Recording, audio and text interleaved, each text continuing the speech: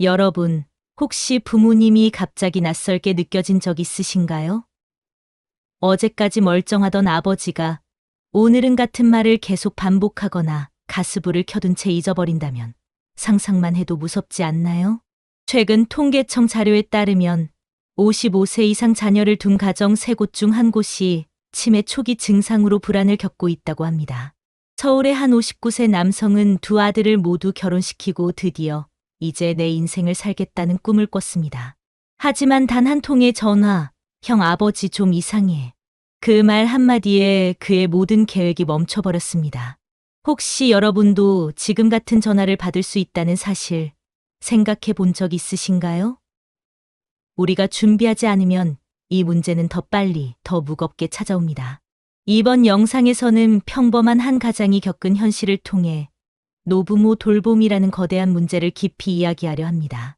끝까지 보시면 지금 당신이 해야 할 선택이 무엇인지 알게 될 겁니다.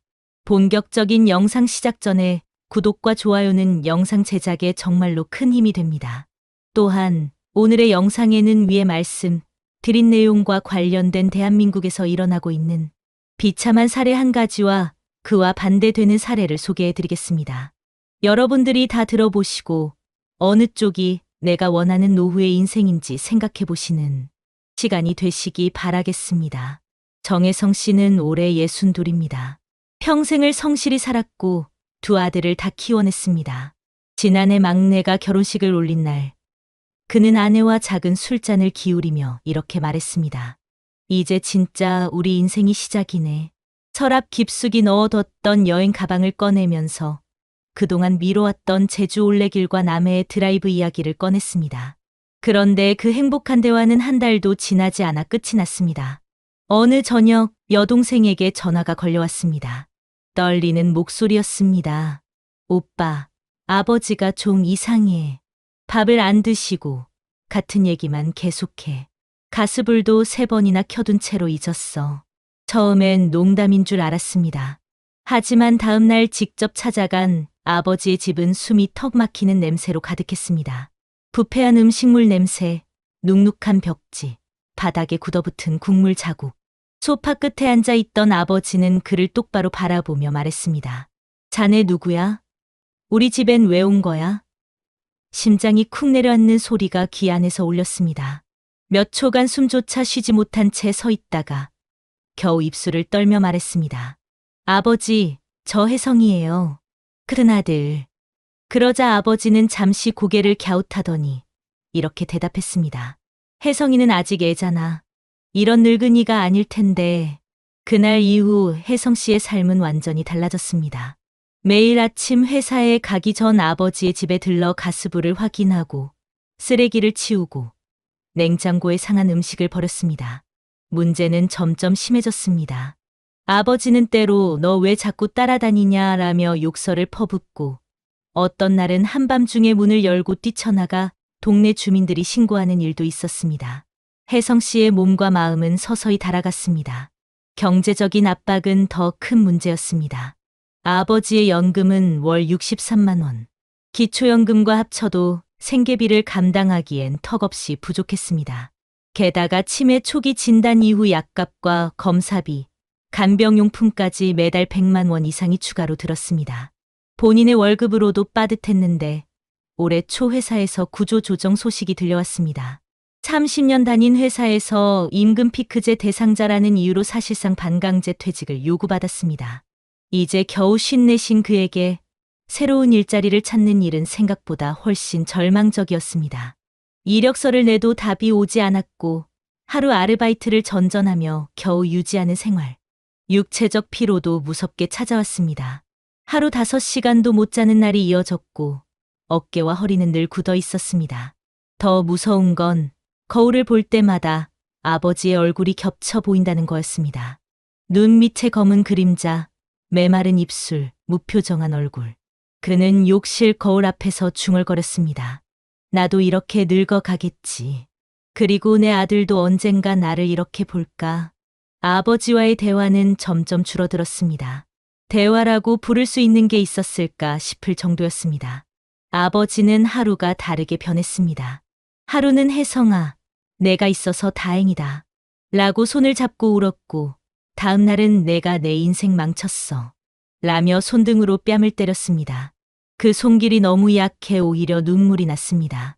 강했던 아버지가 이렇게까지 작아진 건 처음이었습니다. 분노보다 연민이 더 깊게 파고들었습니다. 하지만 동시에 이런 생각도 스쳤습니다. 나는 언제까지 이렇게 살 수 있을까? 내 삶은 언제 시작되는 걸까? 문제는 혜성 씨 혼자가 아니었다는 겁니다. 주변 친구들도 하나둘 비슷한 고통을 털어놓기 시작했습니다. 어떤 이는 치매 걸린 장모를 돌보다 허리 수술을 했고, 또 다른 이는 퇴직 후 부모 간병으로 집을 팔았습니다. 다들 말은 하지 않았지만 눈빛에 같은 절망이 있었습니다.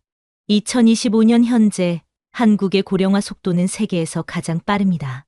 치매 환자만 이미 100만 명을 넘어섰고 돌봄의 무게는 고스란히 가족에게 내려앉고 있습니다. 사회는 아직 준비되지 않았고 정부의 지원은 너무 느리고 얇았습니다. 그해 겨울 혜성 씨는 결국 아버지를 요양병원 대기 명단에 올렸습니다. 서류를 제출하고 나오는 길, 차 안에서 한참을 울었습니다. 아버지를 버리는 것 같다는 죄책감과 더는 견딜 수 없다는 절망이 한꺼번에 밀려왔습니다. 며칠 뒤 아버지 집에서 마지막으로 목욕을 시켜드리던 날이었습니다. 아버지는 젖은 손으로 그의 손목을 꼭 잡으며 말했습니다. 혜성아, 나 혼자 두지 마라. 그 말을 듣는 순간 그의 무릎이 주저앉을 뻔했습니다. 그날 밤 그는 아내에게 이렇게 말했습니다. 이제는 나도 내 이름을 잃어버린 것 같아. 난 아버지의 아들, 애들의 아버지, 당신의 남편일 뿐 정혜성이라는 사람은 없는 것 같아. 그 말에 아내는 아무 말도 하지 못하고 그의 손을 잡았습니다. 작은 거실, 불 꺼진 방 안에서 그는 조용히 중얼거렸습니다. 아버지 나도 버티고 있어. 근데 이 길의 끝이 어디인지 모르겠어. 여러분 어떠시나요? 위의 사례는 정말 비참하고 서글픈 인생 아닌가요? 하지만 지금부터 소개해드리는 사례는 정반대의 선택으로 행복한 노후를 보내고 있는 분을 소개해드리겠습니다. 주인공은 올해 65살의 김상우 씨입니다. 평생을 건설 현장에서 일하며 손에 굳은 살이 가득한 사람입니다. 20살 초반부터 나는 부모님처럼 살지 않겠다는 다짐 하나로 살았다고 합니다. 어린 시절 그는 치매 걸린 외할머니를 돌보느라 무너져가는 부모를 보았습니다. 그때 결심했습니다. 노후는 준비하지 않으면 지옥이 된다. 그 다짐은 40년 넘는 시간 동안 그의 삶을 지탱하는 기둥이었습니다. 김 씨는 돈을 많이 번 사람이 아니었습니다. 월급은 늘 빠듯했고 새 아이를 키우느라 숨 돌릴 틈도 없었습니다. 하지만 그는 작은 것부터 시작했습니다. 30살이 되던 해 매달 10만 원씩 적금을 들었습니다.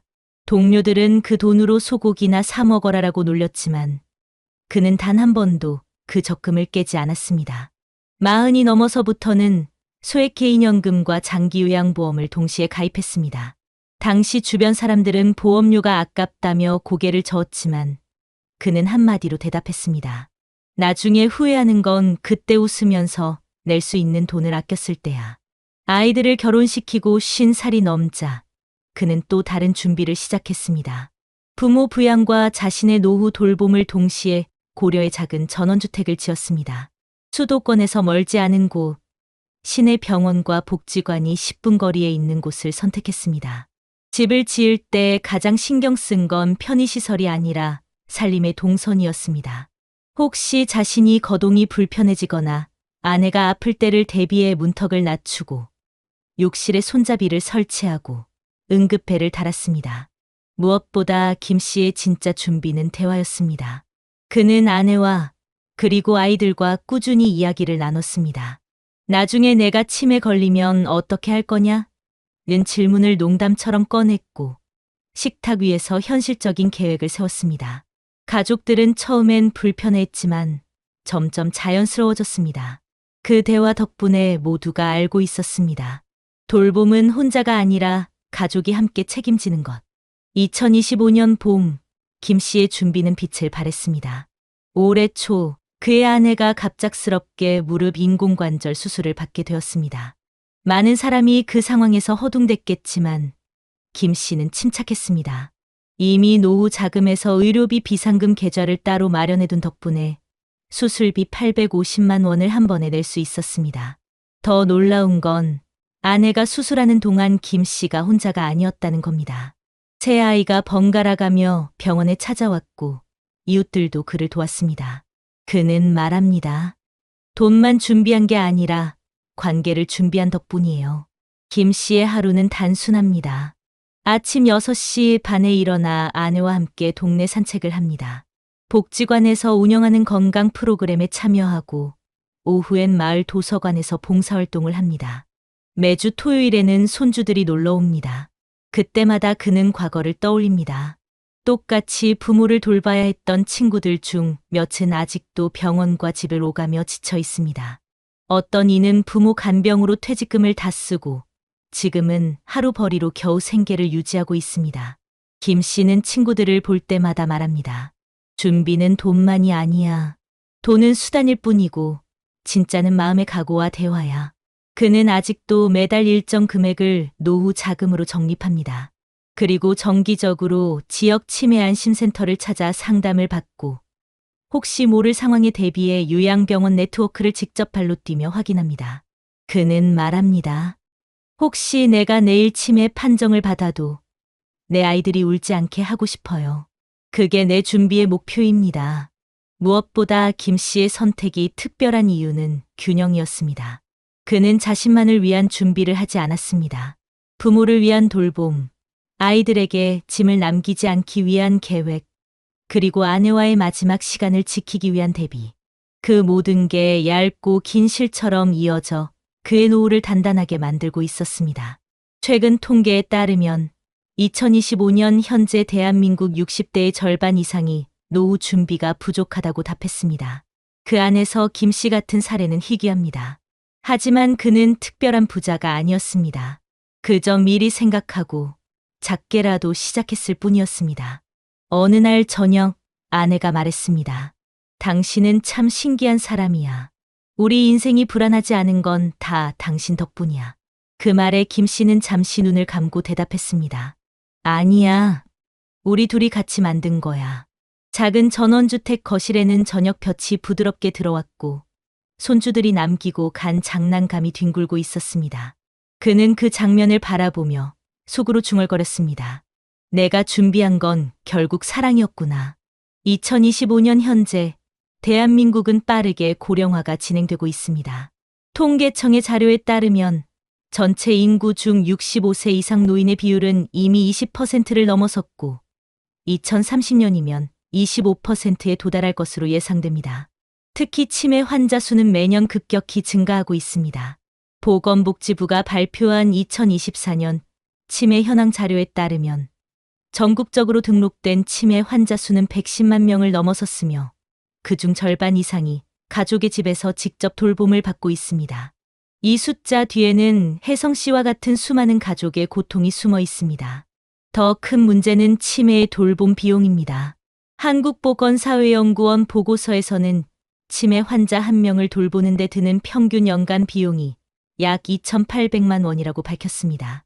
이는 단순한 의료비만이 아니라 간병인 고용, 생활보조 장비, 약값, 그리고 가족 구성원이 이를 포기하면서 발생하는 간접 비용을 모두 합친 수치입니다. 특히 50대 후반 60대 초반의 자녀가 가장 큰 부담을 지고 있는 것으로 나타났습니다.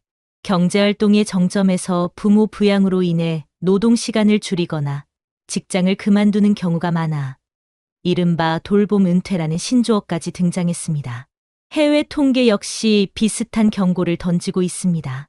세계보건기구 WHO는 2024년 발표한 글로벌 치매 보고서에서 전 세계적으로 치매 환자 수가 5,500만 명을 넘었고 2030년까지 7,800만 명으로 급증할 것이라고 예측했습니다.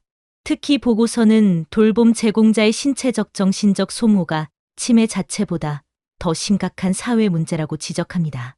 미국 국립보건원 NIH에서 진행된 10년간의 추적 연구에서는 치매 환자를 돌보는 가족의 60% 이상이 우울증 또는 극심한 불안 증세를 겪는 것으로 나타났으며 40% 이상은 본인의 건강 문제를 방치하다가 심각한 합병증을 경험했습니다.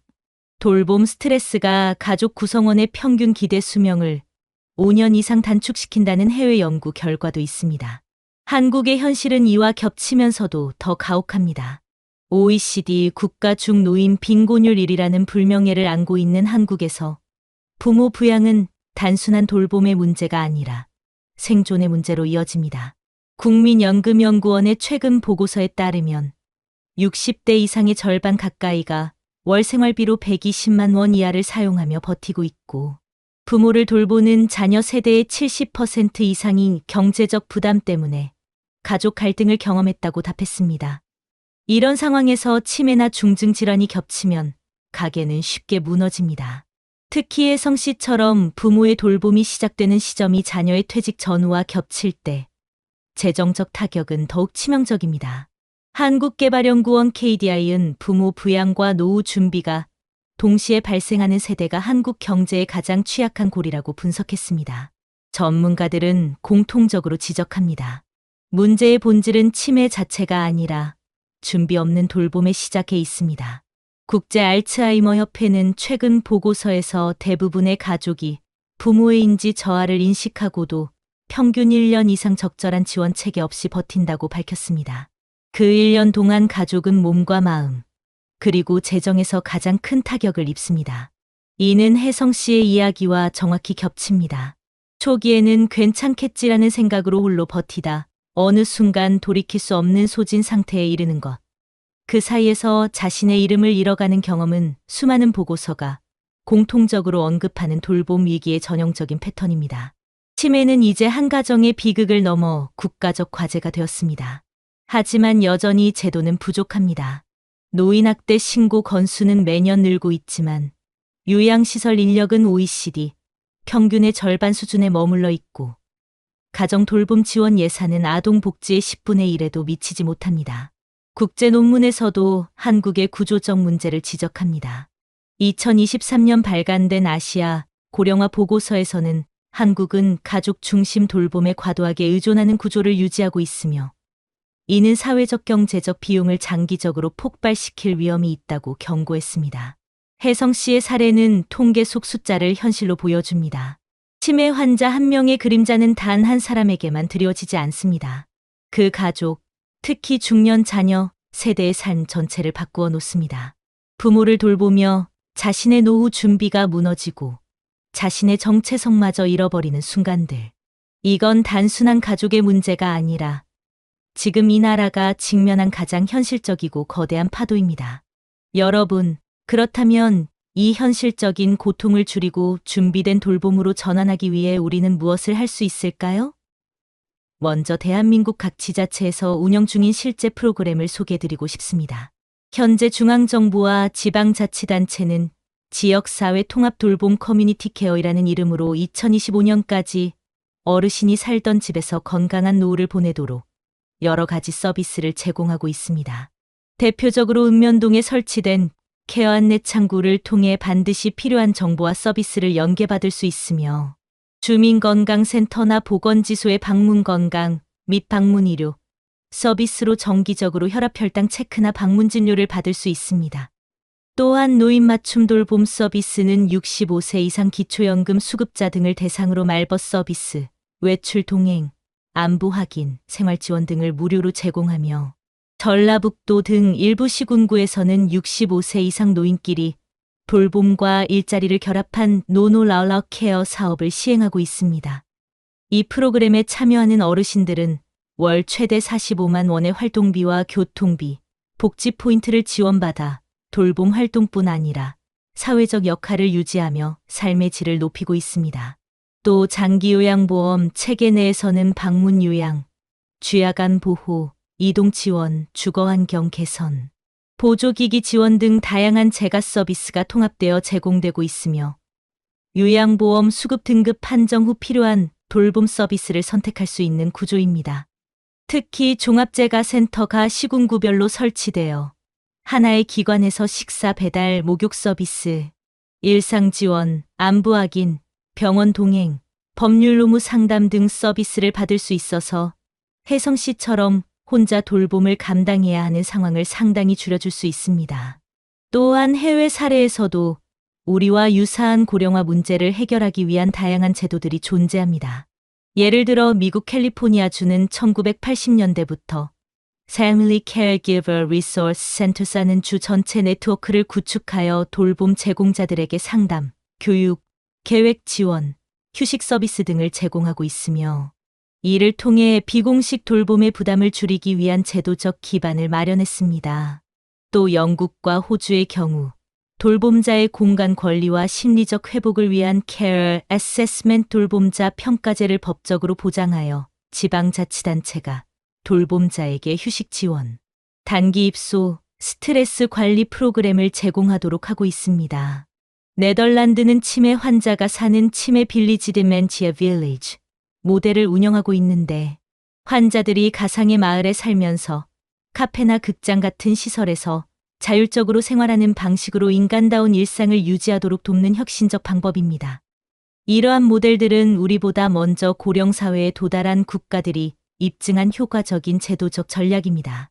지자체와 해외 선진 사례를 토대로 실제 우리 사회에서 실천 가능한 방법을 정리해보면 다음과 같습니다.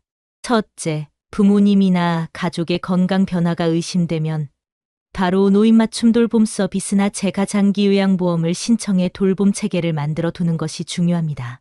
둘째, 자녀 세대가 돌봄을 혼자 짊어지지 않기 위해 케어 안내 창구나 종합재가센터를 통해 가족 돌봄 계획을 실질적으로 설계하도록 하는 것이 필요합니다.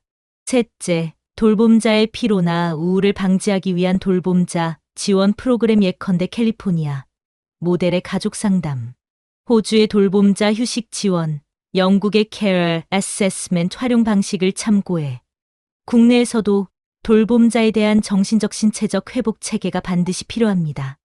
넷째, 지역 내 치매 안심센터와 복지관, 건강생활지원센터 등과 연계해 예방교육, 인지활동 프로그램, 가족 상담 모임 등에 참여하는 것도 큰 도움이 됩니다.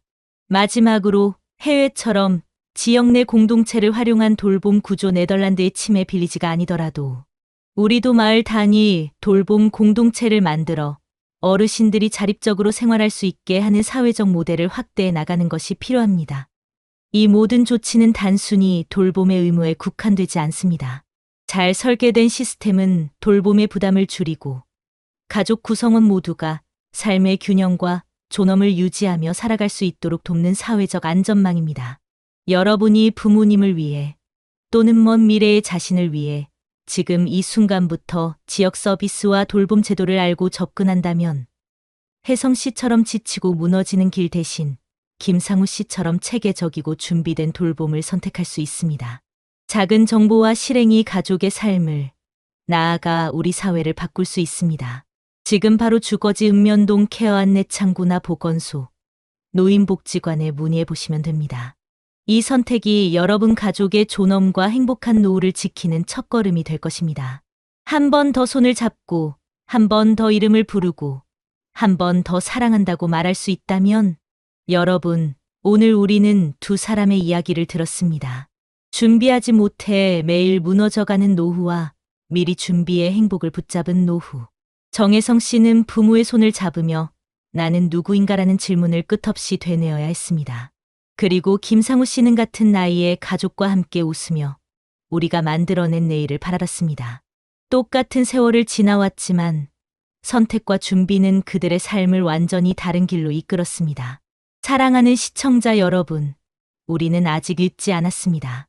지금부터의 작은 대화, 지금부터의 작은 준비가 우리의 미래를 바꿀 수 있습니다. 부모와의 대화, 가족과의 약속, 나 자신을 위한 계획. 그 한 걸음이 언젠가 여러분의 아이들이 우리 부모님은 참 든든했다라고 말하는 순간으로 이어질 겁니다. 60대, 70대의 인생은 끝이 아니라 또 다른 시작입니다. 무너지는 길이 아니라 서로의 손을 잡고 웃을 수 있는 길을 선택하는 것. 그 길 위에서 여러분의 이름이 다시 한번 따뜻하게 불릴 수 있길 바랍니다. 여러분의 내일은 아직 충분히 아름다울 수 있습니다. 오늘 우리 함께 그 준비를 시작해 볼까요? 얼마 전 한 뉴스에서 충격적인 현실이 공개됐습니다. 부산에 사는 72세 이정호 씨는 평생 공장에서 일하며 자녀를 키워냈지만 은퇴 후 남은 돈은 3천만 원뿐이었습니다. 국민연금으로는 월 80만 원, 생활비는 턱없이 부족해 결국 새벽마다 쓰레기 분류 아르바이트를 하며 버티고 있다고 합니다. 그런데 이런 이야기가 결코 특별한 경우가 아니라는 사실 알고 계신가요? 최근 통계에 따르면 대한민국 70대 가구의 절반 이상이 저축액이 3천만 원도 되지 않고 10명 중 6명은 매달 생활비를 마련하기 위해 다시 일을 나가야 하는 상황에 처해 있다고 합니다. 평생을 성실히 살아왔는데도 노후에 돈이 없다는 이유만으로 하루하루가 고통으로 바뀌는 현실. 여러분은 과연 예외일까요? 이제 질문을 던져야 할 때입니다. 70대가 되면 과연 얼마의 자산이 있어야 불안하지 않은 노후를 보낼 수 있을까요? 오늘 이 영상을 끝까지 보신다면 그 답을 반드시 찾을 수 있을 겁니다. 본격적인 영상 시작 전에 구독과 좋아요는 영상 제작에 정말로 큰 힘이 됩니다. 또한 오늘의 영상에는 위에 말씀드린 내용과 관련된 대한민국에서 일어나고 있는 비참한 사례 한 가지와 그와 반대되는 사례를 소개해 드리겠습니다. 여러분들이 다 들어보시고 어느 쪽이 내가 원하는 노후의 인생인지 생각해 보시는 시간이 되시기 바라겠습니다. 서울 외곽의 오래된 아파트 12층 70세 윤성호 씨의 거실 한쪽에는 먼지가 쌓인 낡은 골프백이 서 있습니다. 한때는 회식 후 동료들과 함께 라운딩을 나갈 때마다 손에 들던 자랑거리였지만 이제는 벽에 기대어 조용히 시간을 견디고 있을 뿐이죠. 성우 아빠, 저거 이제 버려야 하는 거 아니에요? 아내의 말에 윤 씨는 한참 동안 골프백을 바라보다가 천천히 고개를 저었습니다. 그냥 둬. 저거 보면 내가 그래도 한때는 부장이었다는 게 생각나잖아. 윤 씨는 30년 넘게 건설회사에서 부장으로 일했습니다. 현장과 사무실을 오가며 전국을 떠돌았고 퇴직할 때 손에 쥔 퇴직금은 5억 2천만 원이었습니다. 그 돈으로 아내와 함께 노후를 준비할 거라 믿었죠. 하지만 은퇴 7년 차인 지금 그의 통장에는 3천만 원이 채 남지 않았습니다. 은퇴 직후 아내와 나눈 대화가 아직도 생생합니다. 성호 씨, 이제 좀 쉬면서 살자. 여행도 가고 그동안 못한 거 하면서. 그래, 이제는 우리 둘만 생각하면 되잖아. 이 퇴직금이면 충분히 살 수 있을 거야. 그들은 계획대로 제주도로 한 달 살이를 떠났고 둘째 딸의 결혼 자금도 보탰습니다. 손주가 태어났을 때는 기쁜 마음으로 2천만 원을 내주었죠. 하지만 생활비는 예상보다 훨씬 빨리 빠져나갔습니다. 국민연금은 두 사람 합쳐 한 달 170만 원, 집 대출을 다 갚았다고 해도 병원비와 물가 상승은 생각보다 무거웠습니다. 아빠, 이번에 애들 학원비가 좀 빠듯해서 혹시 조금만 도와줄 수 있어요? 첫째 아들이 조심스레 말을 꺼냈을 때 윤 씨는 아무 말도 하지 못했습니다. 자신도 모르게 대답 대신 낡은 골프백을 만지작거렸죠. 그 안에는 아직도 오래된 골프공 몇 개와 다른 장갑이 들어 있습니다. 그때 느꼈던 건 돈이 줄어든다는 불안이 아니라 나를 필요로 하는 가족의 부탁을 들어줄 수 없을지도 모른다는 두려움이었습니다. 코로나가 끝난 후 물가는 빠르게 올랐습니다. 아내의 당뇨 치료비만 한 달에 30만 원, 윤 씨의 무릎 치료와 약값까지 합하면 의료비만 월 50만 원이 나갔습니다. 국민연금에서 빠져나간 돈을 빼면 생활비로 쓸 수 있는 돈은 120만 원 남짓. 그 돈으로 전기세, 가스비, 식비를 감당하는 건 거의 불가능에 가까웠습니다. 작년 겨울 아내와의 대화는 점점 현실적이 되었습니다. 성호 씨, 우리 통장에 남은 돈이 이제 4천만 원밖에 안 돼. 알아. 올해는 좀 아꼈으면. 아끼는 걸로는 안 돼. 이제 진짜 방법을 찾아야 해. 그날 밤 윤 씨는 거실에 혼자 앉아 오래된 골프백을 꺼냈습니다. 그 앞에 앉아 한참 동안 아무 말도 하지 못했습니다. 한때는 동료들과 함께 웃고 떠들던 시절이 담긴 물건. 하지만 지금은 내가 언제까지 버틸 수 있을까라는 질문을 던지는 상징이 되어 있었습니다. 얼마 전 손주가 놀러 왔을 때 골프백을 보고 물었습니다. 할아버지, 이거 뭐야? 장난감이야? 윤 씨는 잠시 멈칫하다가 웃으며 대답했습니다. 응, 할아버지가 젊을 때 제일 아끼던 거야. 근데 이제는 그냥 추억이지. 그 대답을 하고 나니 목이 메었습니다.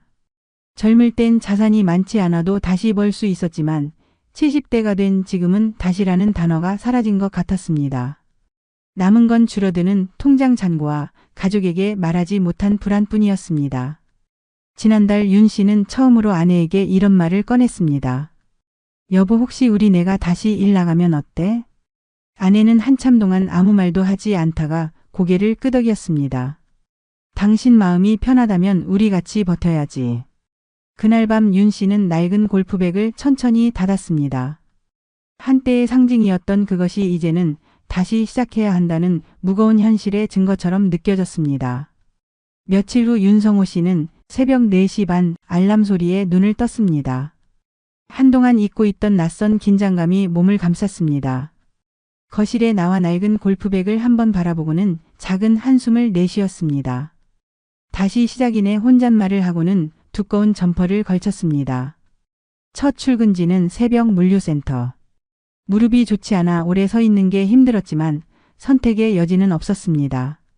첫날 집에 돌아왔을 때 무릎은 얼얼했고 손목은 뻣뻣했습니다. 아내는 그런 남편을 보며 조용히 따뜻한 물수건을 내밀었습니다. 성호 씨 괜찮아? 응, 괜찮아. 그래도 이렇게라도 하니까 숨통은 좀 트이는 것 같아. 하지만 그 말 뒤에는 이게 얼마나 오래 가능할까라는 질문이 숨어 있었습니다. 월급으로 들어오는 돈은 한 달에 90만 원 정도. 국민연금과 합치면 생활비는 어느 정도 채워질 수 있었지만 문제는 시간이었습니다. 무릎은 버틸 수 있을까? 이 몸으로 1년 뒤에도 일을 할 수 있을까 하는 두려움이 마음 한편을 계속 두드렸습니다. 며칠 전 저녁 가족들이 모인 자리에서 첫째 아들이 조심스럽게 물었습니다. 아빠 요즘 힘들지 않아요? 그 나이에. 윤 씨는 잠시 손에 들고 있던 숟가락을 내려놓고 웃으며 대답했습니다. 힘든 건 괜찮다. 근데 있잖아, 내가 어릴 때는 내가 무슨 일이 있어도 너희한테 부족함 없게 해주고 싶었거든. 근데 지금은 할아버지로서 손주한테 떳떳하고 싶다. 그래서 하는 거야. 그 말에 아들은 고개를 떨구었습니다. 그 대화를 듣고 있던 아내는 말없이 낡은 골프백을 바라봤습니다. 그 집안에서는 이제 그 골프백이 성공의 상징이 아니라 지금 버텨야 하는 현실을 상기시키는 존재가 되어 있었습니다. 윤 씨는 최근 뉴스에서 나온 통계를 떠올렸습니다. 70대 가구 절반 이상이 저축액이 3천만 원 미만. 그 수치를 처음 봤을 때는 그냥 숫자였지만 지금은 자신의 이야기처럼 느껴졌습니다. 통장에 남은 2,900만 원을 확인할 때마다 숫자가 아니라 시간이 줄어드는 기분이 들었습니다. 어느 날 저녁 아내가 조심스럽게 꺼낸 말은 윤 씨의 마음을 깊이 흔들었습니다. 성호 씨, 우리 집 팔까? 이 돈으로 전세 들어가면 조금은 숨통이 트일 텐데. 그 말을 듣는 순간 윤 씨는 아무 대답도 하지 못했습니다. 30년 넘게 모은 돈으로 마련한 집, 그 안에는 가족의 웃음과 눈물이 다 담겨 있었습니다. 그 집을 떠난다는 건 단순히 돈을 마련하는 문제가 아니었기 때문입니다. 그날 밤 윤 씨는 다시 골프백 앞에 앉았습니다. 손에 닿은 낡은 가죽의 질감이 이상하게도 따뜻했습니다. 그리고 혼잣말을 했습니다. 내가 뭘 더 준비했어야 했을까? 아니면 지금이라도 뭘 더 해야 할까? 손주가 놀러와서 할아버지, 우리 나중에 여행 가자. 라고 말했을 때 윤 씨는 대답 대신 손주의 머리를 쓰다듬었습니다. 대답할 수 없었던 이유는 단순히 돈이 아니라 노후를 준비하는 방식을 이제야 깨달은 것 같아서였습니다. 윤 씨는 그날 일기장에 이렇게 적었습니다. 노후는 숫자가 아니라 시간을 버는 일이다. 내가 준비한 건 돈이 아니라 그 시간을 채울 계획이어야 했다. 지금도 거실 한쪽에는 낡은 골프백이 있습니다. 예전처럼 자랑의 상징은 아니지만 이제 윤 씨에게 그 골프백은 다른 의미가 되었습니다. 이대로 가면 안 된다는 경고이자 아직 늦지 않았다는 작은 희망의 목소리였습니다. 그리고 그는 오늘도 새벽 4시 반 알람을 듣고 일어납니다. 통장에 찍히는 숫자가 아니라 남은 시간에 조금이라도 안정을 더하기 위해서. 그리고 언젠가 손주에게 이렇게 말할 수 있기를 바라며. 응, 우리 여행 가자. 할아버지 준비 다 했어. 여러분 어떠시나요? 위의 사례는 정말 비참하고 서글픈 인생 아닌가요? 하지만 지금부터 소개해드리는 사례는 정반대의 선택으로 행복한 노후를 보내고 있는 분을 소개해드리겠습니다. 경기도 용인에 사는 69세 박철민 씨의 거실에는 반짝이는 골프채 세트가 놓여 있습니다. 하지만 그것은 허세나 과시의 상징이 아닙니다. 박 씨에게 이 골프채는 한 가지를 상기시켜주는 도구입니다. 미리 준비한 선택이 노후를 바꾼다. 박 씨는 평생 건축 설계사로 일했습니다. 60세에 퇴직할 때 손에 쥔 퇴직금은 5억 원 남짓. 주변 사람들 대부분이 은퇴 후 자녀 결혼 자금으로 돈을 쓰거나 여행 계획을 세울 때 박 씨는 전혀 다른 결정을 했습니다. 철민 씨, 이제 우리도 좀 즐기자. 남들도 다 해외여행 간다는데. 아내의 말을 들은 박 씨는 한참을 고민하다가 조용히 대답했습니다. 여보, 우리 여행은 나중에도 갈 수 있어. 하지만 이 돈은 지금 다 쓰면 노후에 우리를 지켜줄 게 없잖아. 지금부터는 소비가 아니라 시간을 사는 게 중요해. 그는 퇴직금 중 절반 이상인 3억 원을 현금성 자산으로 유지했습니다. 그리고 나머지는 안정적인 배당형 상품과 임대용 소형 상가 투자에 분산했습니다. 중요한 건 큰 수익이 아니라 매달 꾸준히 들어오는 현금 흐름이었습니다. 주변 사람들은 고개를 갸웃했습니다. 철민이, 너 왜 이렇게 아껴? 퇴직했으면 이제 즐길 때지. 너무 아끼다 가면 뭐해? 돈은 쓰라고 있는 거야. 하지만 박 씨는 흔들리지 않았습니다. 그는 자신의 부모가 노후에 겪었던 불안과 생활고를 너무 잘 기억하고 있었습니다. 그래서 돈을 벌 때보다 쓸 때가 더 중요하다는 사실을 뼈저리게 알고 있었죠. 60대 초반 박 씨는 작은 상가에서 월세 130만 원의 현금 흐름을 만들었습니다. 그리고 국민연금과 함께 합쳐 매달 약 300만 원 정도의 안정적인 생활비를 확보할 수 있었습니다. 하지만 그의 진짜 선택은 돈이 아니라 관계에 있었습니다. 그는 은퇴 후 가장 먼저 아내와 노후 생활 설계 대화를 시작했습니다. 여보, 앞으로 우리가 매달 얼마를 쓰고 어디서 살고 어떤 생활을 하고 싶은지 같이 정하자. 우리 둘만의 계획이 있어야 해. 이 대화는 단순한 돈 이야기가 아니었습니다. 박 씨 부부는 함께 지출을 조정하고 건강검진 일정을 세우며 여행 계획도 지금이 아니라 앞으로 지속적으로 갈 수 있는 방법을 고민했습니다. 박 씨의 아내는 처음엔 답답하다고 느꼈지만 65세가 되었을 때 그 계획의 진가를 알게 되었습니다. 주변 친구들이 생활비 때문에 갈등을 겪거나 퇴직금이 빠르게 줄어드는 불안 속에서 힘들어할 때 박 씨 부부는 매달 일정한 현금 흐름과 계획된 지출 덕분에 평온함을 유지할 수 있었기 때문입니다. 여보, 있잖아. 그때 당신 말 안 들었으면 우리도 지금 많이 불안했을 것 같아. 아내의 말에 박 씨는 미소 지었습니다. 우린 여행을 미룬 게 아니라 시간을 산 거야. 이 안정감이 바로 우리가 만든 여행이야. 박 씨의 이야기가 특별한 건 돈의 액수가 아닙니다.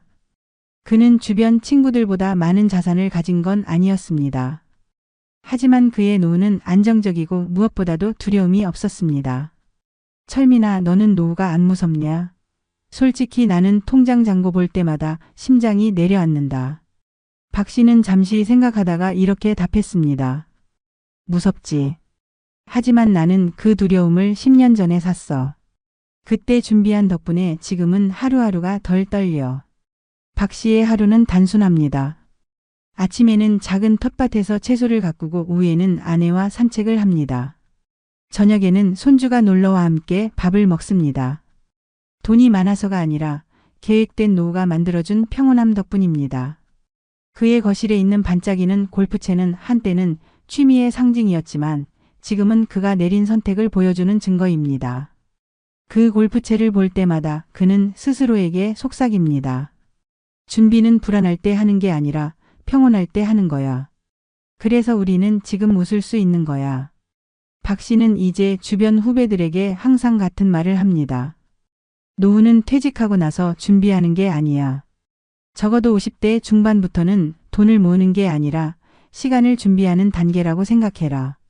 현금 흐름이 있으면 하루가 달라지고 하루가 달라지면 노후가 달라진다. 그는 여전히 검소하게 살지만 불안은 없습니다. 통장 통장에 남은 돈보다 중요한 건 내일이 오늘과 다르지 않을 거라는 확신이라는 걸 알고 있기 때문입니다. 박 씨의 이야기는 결국 한 가지를 말합니다. 노후의 행복은 큰 돈에서 시작되는 게 아니라 두려움을 줄여주는 준비에서 시작된다는 것. 그리고 그 준비는 누군가의 특별한 능력이 아니라 지금 이 순간의 선택에서 시작할 수 있다는 걸 보여줍니다. 오늘도 그는 저녁 식탁에서 아내와 이렇게 대화를 나눕니다. 여보, 우리 내년에 여행 어디로 갈까? 아내는 웃으며 대답합니다. 당신이랑 가는 여행이면 어디든 좋아. 우리가 만든 이 안정감이 진짜 여행 같아. 그리고 거실 한쪽에서 반짝이는 골프채가 조용히 그 대화를 지켜보고 있습니다. 준비된 선택이 만든 행복한 노후의 증거처럼. 대한민국에서 70대의 노후 안정성을 보여주는 수치는 생각보다 냉정합니다. 최근 통계청과 금융권 자료를 보면 65세 이상 고령 가구의 평균 순자산은 약 4억 4천만 원 정도지만 그중 60% 이상이 부동산에 묵혀 있습니다. 실제로 당장 생활비로 쓸 수 있는 금융자산은 평균 8천만 원 수준이며 심지어 절반에 가까운 가구는 3천만 원도 되지 않는 저축액으로 노후를 버티고 있다는 조사 결과도 나왔습니다. 국민연금만으로 생활하는 가구는 전체의 약 45%를 차지하고 있으며 이들 중 절반 이상은 월 수령액이 100만 원 이하입니다. 이 수치는 국민연금으로만은 기본적인 생활조차 유지하기 어렵다는 현실을 보여줍니다. 해외 자료를 보면 이 상황은 더 분명해집니다. 경제협력개발기구 OECD가 발표한 고령층 소득 대체율 자료에 따르면 한국의 은퇴자 소득 대체율은 평균 31% 수준으로 OECD 평균인 58%의 절반에도 미치지 못합니다. 쉽게 말해 은퇴 전 벌던 소득의 3분의 1만 확보되는 셈이며 그마저도 대부분은 연금이 아니라 개인 저축에 의존합니다. 문제는 이 개인 저축조차 충분하지 않다는 것입니다. 실제 한국은행 자료에 따르면 70대 가구 중 42%는 저축액이 1천만 원 미만, 22%는 3천만 원 미만으로 나타났고 금융자산이 1억 원 이상인 가구는 12%에 불과합니다. 전문가들은 이 수치를 두고 한 목소리를 냅니다. 노후는 자산의 총액이 아니라 유동성이 결정한다. 즉, 집 한 채가 있어도 현금 흐름이 없다면 안정적인 노후를 기대하기 어렵다는 것입니다. 해외의 장기 노후 연구에서도 같은 결론을 보여줍니다. 미국 하버드대의 장기 노후 금융 보고서에서는 65세 이후 삶의 질을 결정짓는 핵심 요소는 총 자산이 아니라 월 단위로 안정적으로 확보되는 현금 흐름이라고 강조했습니다.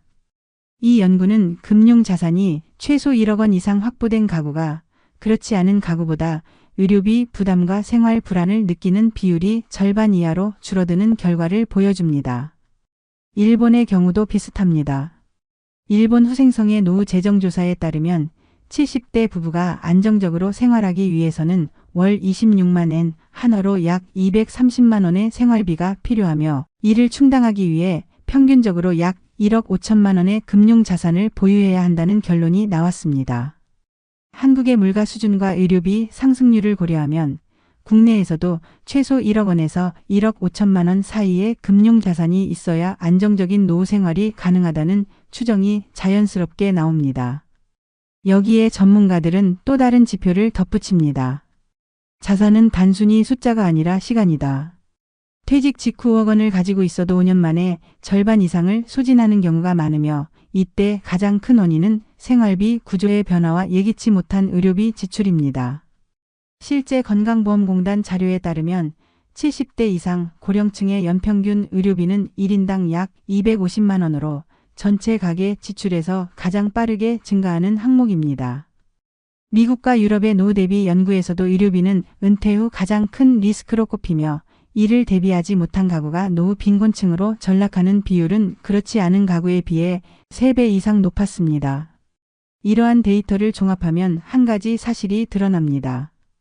70대 이후의 삶에서 얼마를 벌었는가보다 얼마나 안정적인 현금 흐름을 만들었는가가 더 중요하다는 점입니다.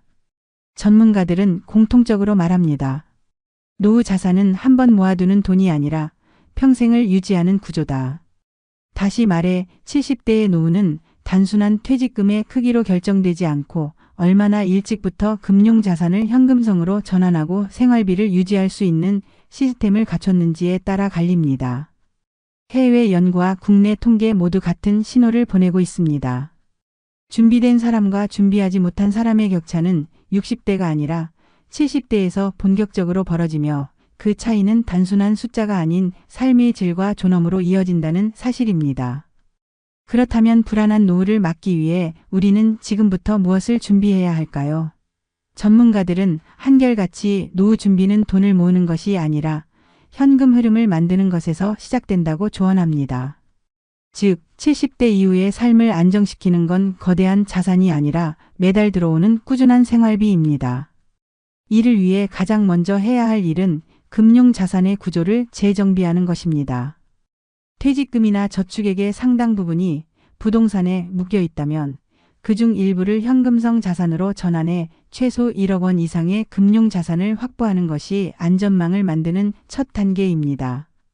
현재 대한민국의 여러 지자체에서는 이러한 노후 준비를 돕기 위해 다양한 프로그램을 운영하고 있습니다. 서울시는 서울시 어르신 재무 설계 지원 프로그램을 통해 60세 이상 시민에게 무료 금융 상담과 자산 구조 진단을 제공하고 국민연금퇴직연금과의 연계 플랜을 제시해 줍니다. 부산시는 시니어 금융 안심 프로젝트를 통해 고령층에게 저금리 생활자금 대출과 동시에 현금 흐름을 유지할 수 있는 자산 재분배 컨설팅을 제공하고 있으며 경기 남부 지역에서는 은퇴설계 아카데미를 열어 50대 후반부터 노후 준비 교육과 소규모 임대 배당 구조 설계를 돕는 프로그램을 운영 중입니다. 또한 최근에는 각 지자체에서 시니어 재취업과 소득 창출을 지원하는 사례가 늘어나고 있습니다. 예를 들어 대전시는 5060 리스타트 센터를 통해 은퇴자들이 기존 경력을 살려 시간제 일자리를 연결하고 일정 기간 근로 소득과 연금을 병행해 현금 흐름을 유지할 수 있도록 지원하고 있습니다. 해외 사례도 참고할 만합니다. 일본은 우리와 비슷한 고령화 문제를 겪으며 자산소득 배분법을 적극 도입했습니다. 일본 후생성은 은퇴자가 일정 비율의 금융자산을 현금성으로 보유하고 국민연금과 배당소득을 합쳐 최소 월 22만 엔화나 약 190만 원을 확보하도록 가이드라인을 제시합니다. 또한 지방정부와 민간이 협력해 에이징 인 플레이스 정책을 시행하여 고령층이 살던 집을 떠나지 않고도 의료돌 봉금융 상담을 동시에 받을 수 있는 네트워크를 구축했습니다. 미국은 리타이어먼트 인컴 레더라는 제도를 통해 은퇴자가 보유한 금융자산을 1015년 단위로 분리해 매달 일정 금액의 현금 흐름을 확보할 수 있도록 법적으로 지원하고 있으며 유럽의 일부 국가는 지역사회 연계형 펀드를 통해 고령층이 공동으로 투자하고 수익을 나누는 형태의 생활비 시스템을 도입했습니다. 이러한 해외 정책과 국내 지자체 프로그램이 보여주는 공통점은 분명합니다. 노후의 안정은 한 번의 목돈이 아니라 지속 가능한 현금 흐름과 사회적 안전망에서 나온다는 사실입니다. 지금 50대와 60대라면 지자체가 제공하는 금융 상담과 재취업 프로그램을 최대한 활용해 현금 흐름을 만드는 구조를 설계하는 것이 무엇보다 중요합니다. 아울러 가족과 함께 구체적인 생활 계획을 세워 지출을 줄이고 불필요한 자산을 현금화하는 과정을 미루지 말아야 합니다. 노후 준비의 핵심은 미래를 두려워하지 않기 위한 지금의 선택에 있습니다. 오늘 시작하는 작은 변화가 70대의 불안을 줄이고 평온한 노후로 이어질 수 있다는 사실을 기억해야 합니다. 낡은 골프백에 담긴 지난날, 반짝이는 골프채에 담긴 내일. 노후는 돈이 아니라 준비한 마음이 만드는 시간입니다. 여러분, 오늘 우리가 함께 본 두 가지 이야기를 기억하시나요? 하나는 평생 성실히 일했지만 준비의 방향을 놓쳐 결국 70대에 다시 새벽 일을 나가야 했던 윤성호 씨의 이야기였습니다. 그의 거실 한쪽에 놓인 낡은 골프백은 한때의 영광이 아니라 다시 시작해야 하는 현실의 상징이었죠. 반면 박철민 씨의 집에는 반짝이는 골프채가 있습니다. 그는 퇴직 직후부터 현금 흐름을 만들고 가족과 함께 구체적인 계획을 세워 불안 대신 평온을 택했습니다. 그의 골프채는 안정된 내일을 준비한 선택의 증거였습니다. 이 두 사람의 차이는 돈의 액수가 아니었습니다. 퇴직금의 크기도 가진 집의 위치도 아니었습니다. 차이를 만든 건 단 하나, 지금의 선택이었습니다. 윤성호 씨가 느꼈던 두려움은 사실 우리 모두가 느낄 수 있는 현실이고, 박철민 씨가 만든 안정은 우리도 충분히 만들 수 있는 미래입니다. 여러분, 지금 거실에 무엇이 있나요? 낡은 물건 하나에도 우리의 지난날과 내일이 담겨 있을지 모릅니다. 중요한 건 그것을 바라보는 우리의 마음과 지금 내리는 결정입니다. 오늘의 작은 준비가 내일의 눈물이 아닌 미소를 만들 수 있습니다. 이제 우리 모두가 스스로에게 물어야 할 질문은 단 하나입니다. 나는 어떤 골프백을 남기고 싶은가? 늦지 않았습니다. 지금부터라도 한 걸음씩 두려움 대신 준비를 선택한다면 우리의 70대는 불안이 아니라 평온으로 채워질 수 있습니다. 여러분의 오늘의 선택이 사랑하는 가족과 나 자신을 위한 가장 따뜻한 선물이 될 겁니다. 하루 한 끼로 버티는 은퇴자, 늘어나는 건 병원비뿐입니다. 65세 이호철 씨는 요즘 500원짜리 커피 한 잔도 망설이게 된다고 말합니다. 혹시 여러분도 통장 잔고 줄어드는 속도에 가슴이 철렁 내려앉은 적 있으신가요? 최근 발표된 통계에 따르면 대한민국 은퇴 부부의 적정 생활비는 월 336만 원. 하지만 현실은 너무 다릅니다. 식비, 보험료, 의료비, 경조사비, 교통비, 가끔의 외식이나 커피까지 조금만 여유를 부리면 통장 잔고가 눈에 띄게 줄어드는 게 보입니다. 그래서 요즘 60대들은 말합니다. 사는데 큰 돈이 드는 게 아니라 평범하게 살아도 버겁다고요. 누구는 월 300만 원으로도 모자라다 하고 누구는 240만 원으로 버틴다지만 진짜 필요한 노후 생활비 도대체 얼마일까요? 그 답을 찾기 위해 오늘 영상 꼭 끝까지 봐주세요. 이미 수많은 은퇴자들이 이 문제로 눈물 찢고 있습니다. 본격적인 영상 시작 전에 구독과 좋아요는 영상 제작에 정말로 큰 힘이 됩니다. 또한 오늘의 영상에는 위에 말씀드린 내용과 관련된 대한민국에서 일어나고 있는 비참한 사례 한 가지와 그와 반대되는 사례를 소개해드리겠습니다. 여러분들이 다 들어보시고 어느 쪽이 내가 원하는 노후의 인생인지 생각해보시는 시간이 되시기 바라겠습니다. 박성호 씨는 올해 63입니다. 서울 외곽의 오래된 아파트에서 아내 김영자 씨와 함께 살고 있죠. 그는 과거 중견기업의 생산팀에서 30년 넘게 근무했고 퇴직 당시엔 부장 직함을 달고 있었습니다. 누가 봐도 성실하고 묵묵히 일해온 사람이었습니다. 퇴직금은 5억 5천만 원. 노후에는 일하지 않고 쉬며 살자고 다짐했지만 그 결심은 오래가지 않았습니다. 가만히 있으니까 불안해지더라고요. 어느 날은 아내가 혼잣말처럼 그러더라고요. 이 돈 언제까지 버틸 수 있을까? 그 말이 머릿속에 계속 맴돌았어요. 몇 달 후 박 씨는 아내와 함께 작은 국밥집을 열었습니다. 아파트 근처 상가 1층, 보증금 5천만 원에 월세 200만 원, 인테리어 공사에 8천만 원, 주방 장비와 냉장고, 테이블, 간판 등 잡비로 3천만 원 가까이 썼습니다. 처음엔 힘들어도 장사는 굴러가기만 하면 된다는 생각이었습니다. 직장 시절 구내식당 담당 부서에 있었던 그는 국물 끓이는 데만큼은 자신이 있었습니다. 장사를 시작한 첫 해, 어르신 손님들이 하나둘씩 찾아왔습니다. 이 집 국물 깊네. 옛날에 먹던 맛 나네. 하루 매출이 60만 원쯤 나오던 날엔 아내와 둘이 밤에 캔맥주를 까기도 했습니다. 자리만 잡으면 괜찮겠지라는 희망이 조금씩 생겼죠. 하지만 1년 반이 지나면서 상황이 달라졌습니다. 근처에 대형 프랜차이즈 분식점이 생기더니 손님이 줄기 시작했습니다. 게다가 물가가 급등하면서 소고기, 양지, 내장 같은 주요 식자재 가격이 하루가 다르게 올랐습니다. 그는 어쩔 수 없이 배달앱에 등록했지만 수수료가 건당 3,000원이 넘는 데다 포장 용기비까지 부담이었습니다. 그러다 결국 배달 직접 수행을 선택했고, 낮에는 가게에서 끓이고, 오후엔 오토바이로 음식을 나르는 생활이 반복됐습니다. 몸도 마음도 조금씩 지쳐갔습니다. 늦은 밤 가게 문을 닫고 나면 남편은 주방 뒷문을 걸어 잠근 뒤 홀에 남겨진 설거지통 앞에 멍하니 서 있곤 했습니다. 그 옆에 놓인 낡은 정장과 해진 구두는 여전히 벽 한쪽에 걸려 있었습니다. 그 옷을 다시 입을 일은 없지만 그 시절의 자신을 잊고 싶지 않다는 이유에서였습니다. 무엇보다 부부 사이의 갈등이 깊어졌습니다. 이럴 줄 알았으면 그냥 연금이라도 조금씩 아껴가며 살 걸 그랬어. 나는 반대했잖아. 당신이 꼭 해야 한다고 해서 한 거잖아.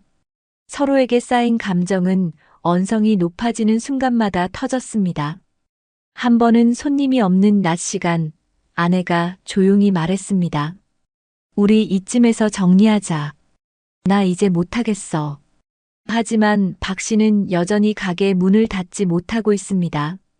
닫으면 완전히 끝나는 기분이 들어서요. 그나마 이 가게라도 있어야 내가 뭘 하고 있다는 위안이 되거든요. 그의 말엔 체념과 동시에 아직 끝나지 않은 의지 또한 느껴졌습니다.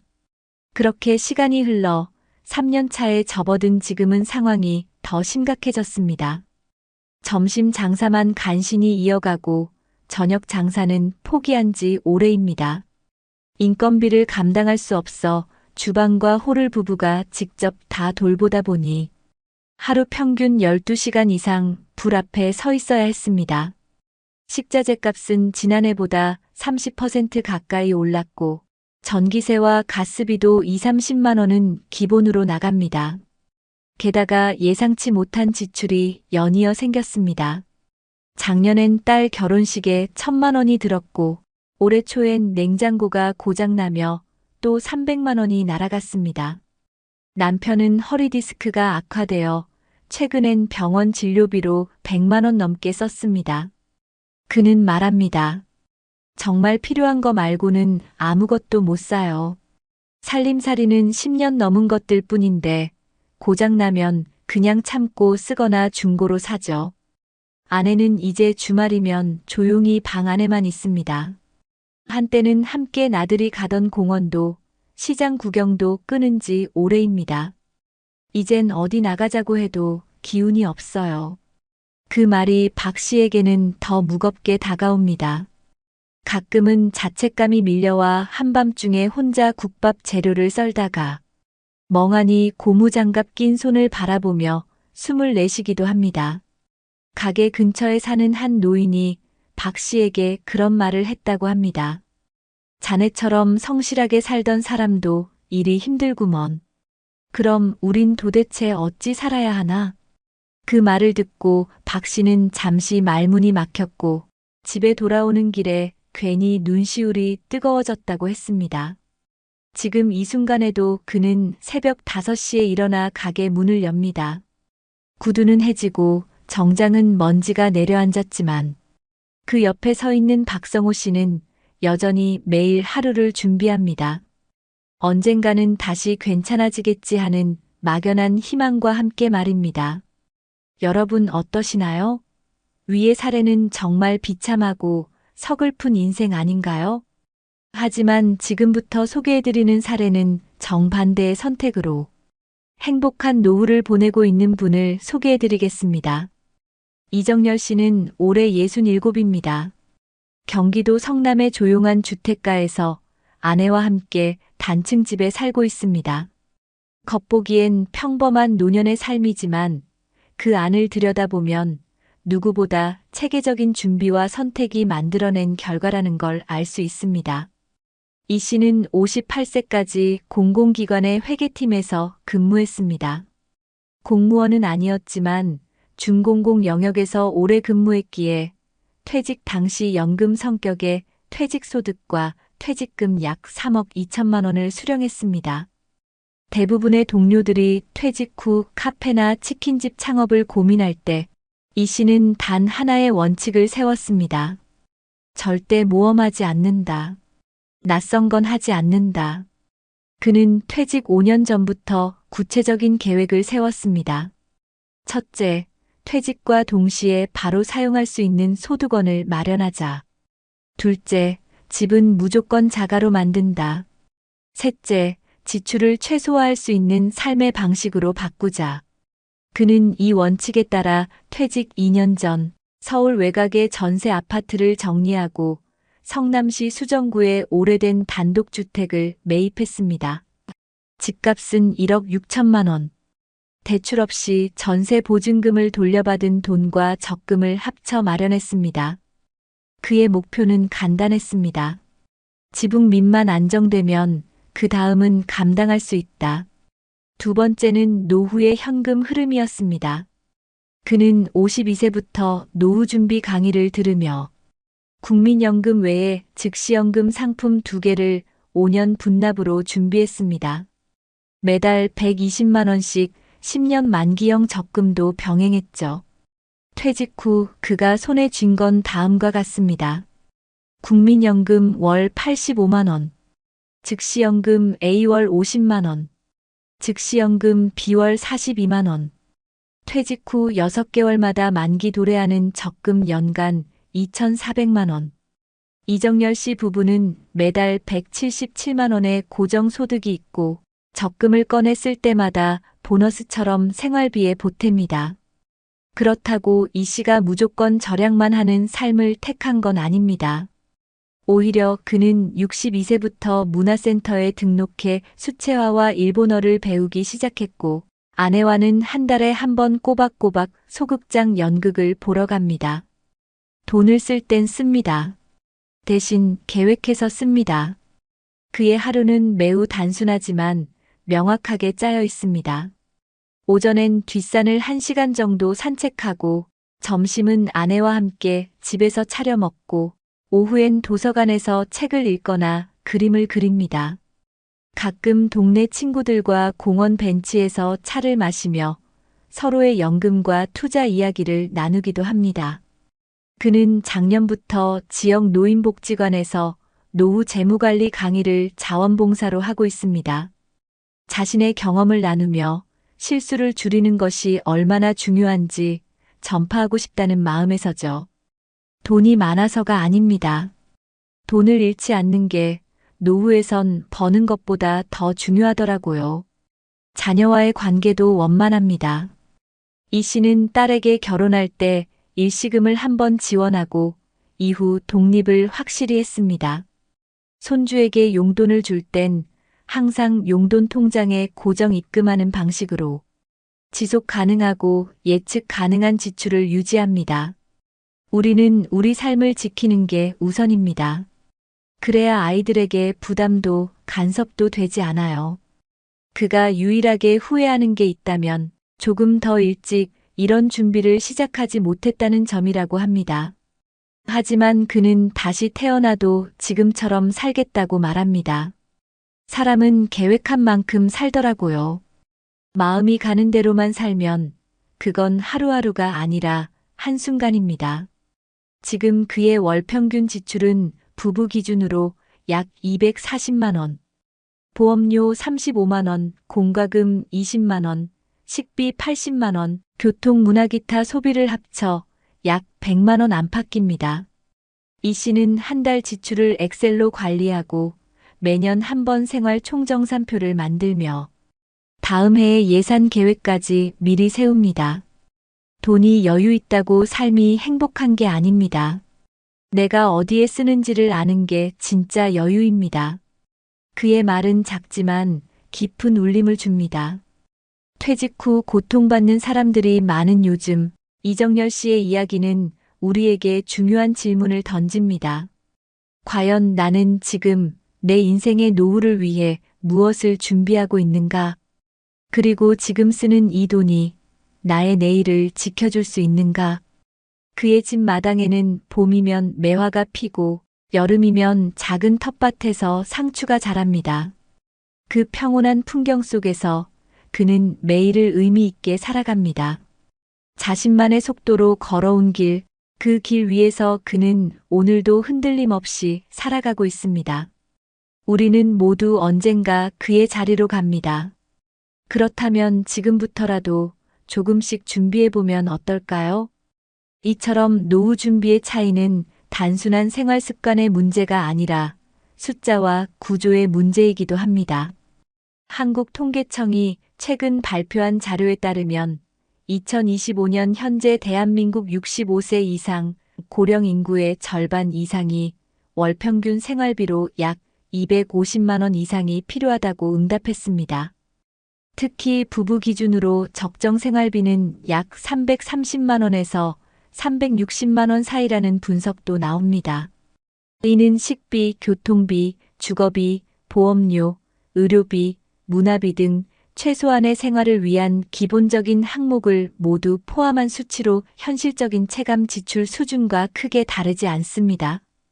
더 중요한 사실은 고정소득 없이 이 지출을 감당해야 하는 은퇴 가구가 늘어나고 있다는 점입니다.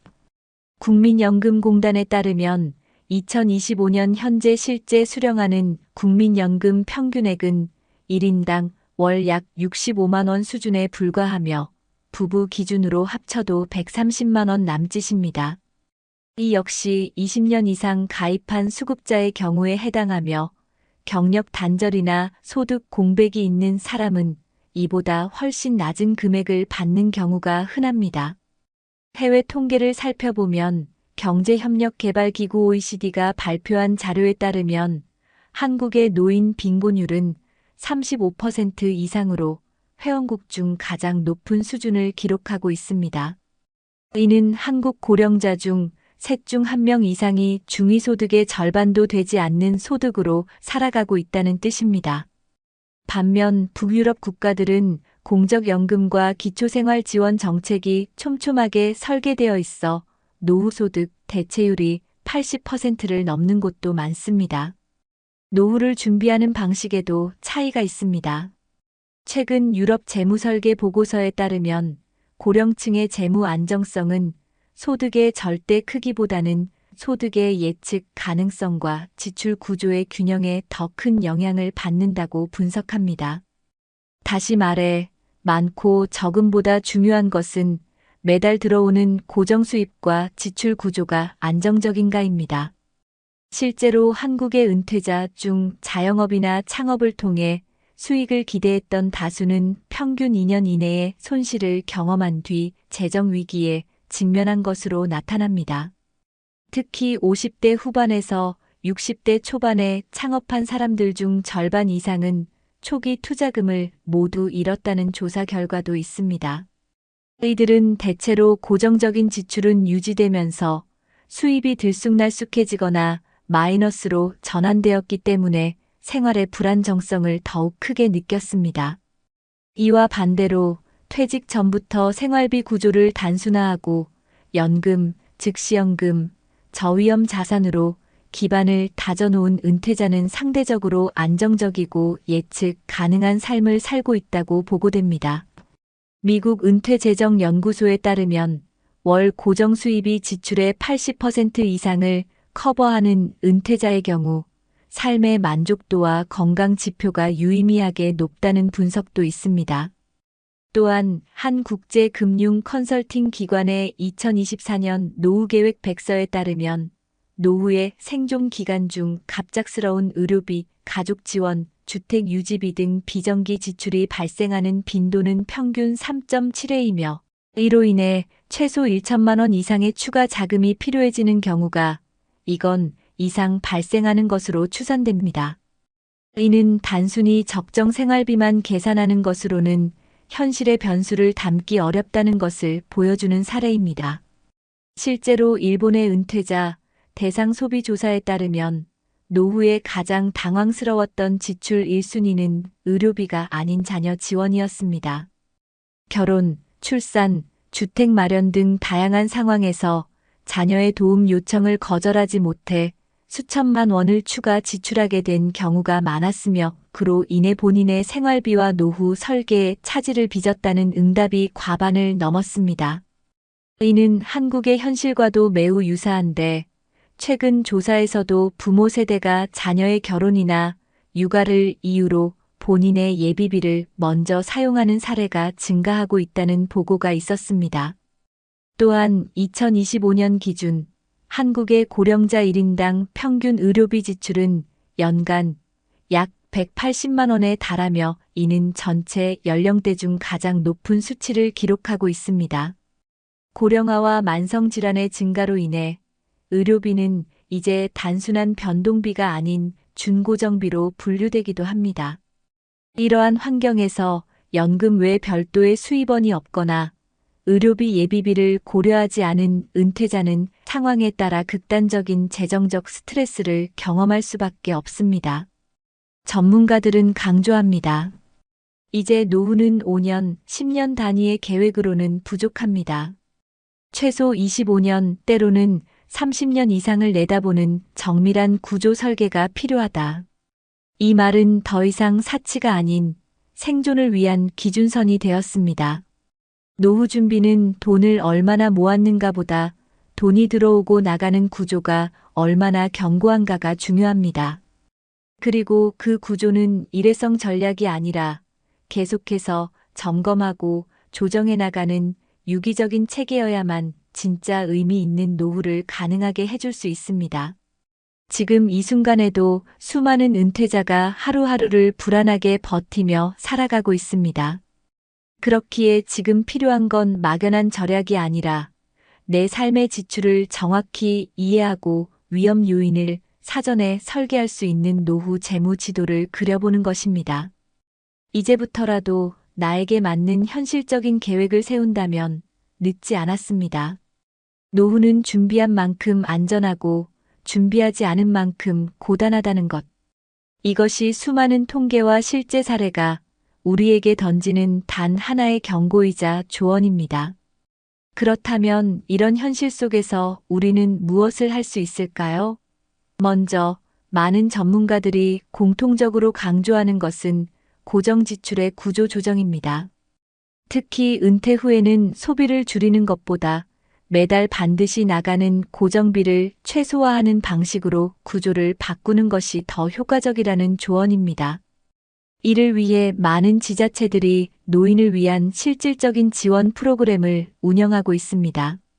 예를 들어 서울시의 경우 찾아가는 동주민센터 사업을 통해 고령자의 생활 환경과 복지 수요를 현장에서 직접 점검하며 무료 건강검진, 식사 배달, 안전 바우처 등을 제공하고 있습니다.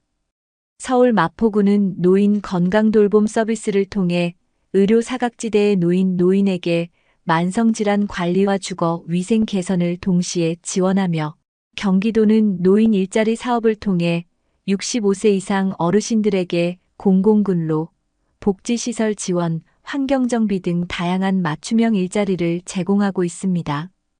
또한 대구광역시는 9,988 행복지킴이 사업을 통해 독거노인을 대상으로 주기적인 안부 확인과 정서 지원, 안전점검 서비스를 운영하고 있으며 이러한 프로그램은 동주민센터 또는 시니어 클럽을 통해 손쉽게 신청할 수 있습니다.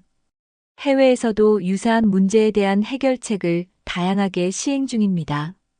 특히 캐나다는 에이징 인 플레이스 정책을 중심으로 고령자가 자신의 집에서 가능한 한 오랫동안 안전하고 독립적으로 살 수 있도록 지원합니다. 이를 위해 정부는 가정간호, 물리치료, 식사배달 서비스, 주택 개조 지원 등의 통합 돌봄 서비스를 제공하고 있으며 일정 소득 이하의 고령자에게는 이 서비스 대부분을 무상으로 제공합니다. 일본은 지역 포괄지원센터 시스템을 통해 의료, 복지, 생활 지원을 통합적으로 관리하며 고령자 1인당 상담센터가 지정되어 노인의 복잡한 문제를 일괄적으로 처리하는 체계를 갖추고 있습니다. 또한 스웨덴은 지방정부가 운영하는 홈케어 제도를 통해 식사, 목욕, 재활치료, 약 복용 관리 등을 하루 단위로 파견 간호사가 방문해 제공하며 고령자의 자립성을 해치지 않으면서도 안전한 노후를 보장하고 있습니다. 또한 많은 지자체에서는 노인 대상 재무 상담도 무료로 진행하고 있습니다. 예를 들어 부산광역시는 시니어 금융 클리닉이라는 프로그램을 통해 노후 자산 운영, 부채 관리, 상속 계획 등 다양한 주제로 10일 전문가 상담을 제공합니다. 전라남도 순천시는 노인 금융 안심 서비스를 시행 중인데 이를 통해 전화 금융 사기 예방 교육, 고위험 투자 방지 교육 등을 지역 복지관과 연계하여 정기적으로 운영하고 있죠. 이 외에도 서울 노원구는 AI 돌봄 스피커를 독거노인 가구에 설치해 응급 상황이나 정서적 고립을 실시간으로 파악하며 간단한 음성 명령만으로 동주민센터와 연결될 수 있도록 시스템을 개선했습니다. 울산시는 스마트 건강관리 서비스를 통해 고혈압, 당뇨 등을 앓는 고령자에게 웨어러블 기기를 보급하고 주기적인 건강 데이터를 수집해 의사와 복지사가 함께 관리할 수 있는 통합 모델을 구축 중입니다.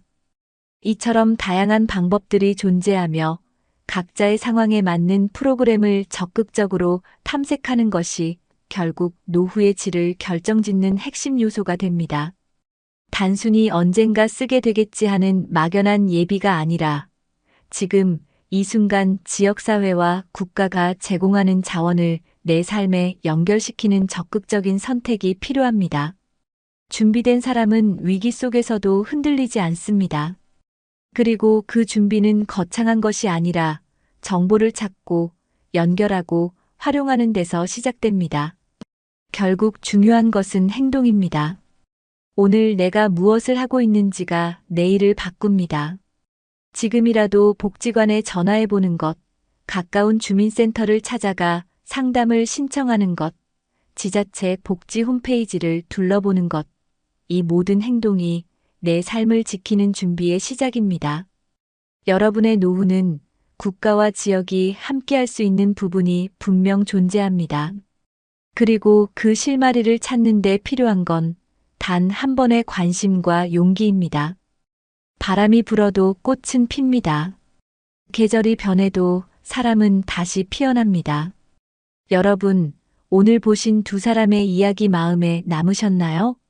한 사람은 50이 넘은 나이에 용기를 냈지만 준비되지 않은 선택으로 가족과의 갈등, 건강의 악화, 무너지는 경제 속에서 매일을 버티고 있었습니다. 낡은 정장과 해진 구두는 그의 지난날의 자존심이었고 텅 빈 가게 안에서 매일 새벽국을 끓이며 자신을 위로하고 있었죠. 그리고 또 한 사람은 다르게 살았습니다. 조용하지만 단단하게 일찍부터 준비하며 지금은 작은 집 마당에서 상추를 따고 매화가 피는 봄을 기다리며 커피 한 잔에 고요한 행복을 느끼고 있습니다. 그는 말합니다. 잘 산다는 건 불안하지 않은 거예요. 우리는 누구나 선택할 수 있습니다. 지금 이 순간부터라도 내 지출을 한번 정리해보고 동네 복지관에 문의해보고 주민센터의 안내 책자를 한 장 꺼내보는 것만으로도 내 삶의 내일은 바뀔 수 있습니다. 노후는 누가 만들어주는 게 아니라 내가 매일 조금씩 다듬어가는 길입니다. 늦지 않았습니다. 아직도 우린 매일을 새로 시작할 수 있습니다.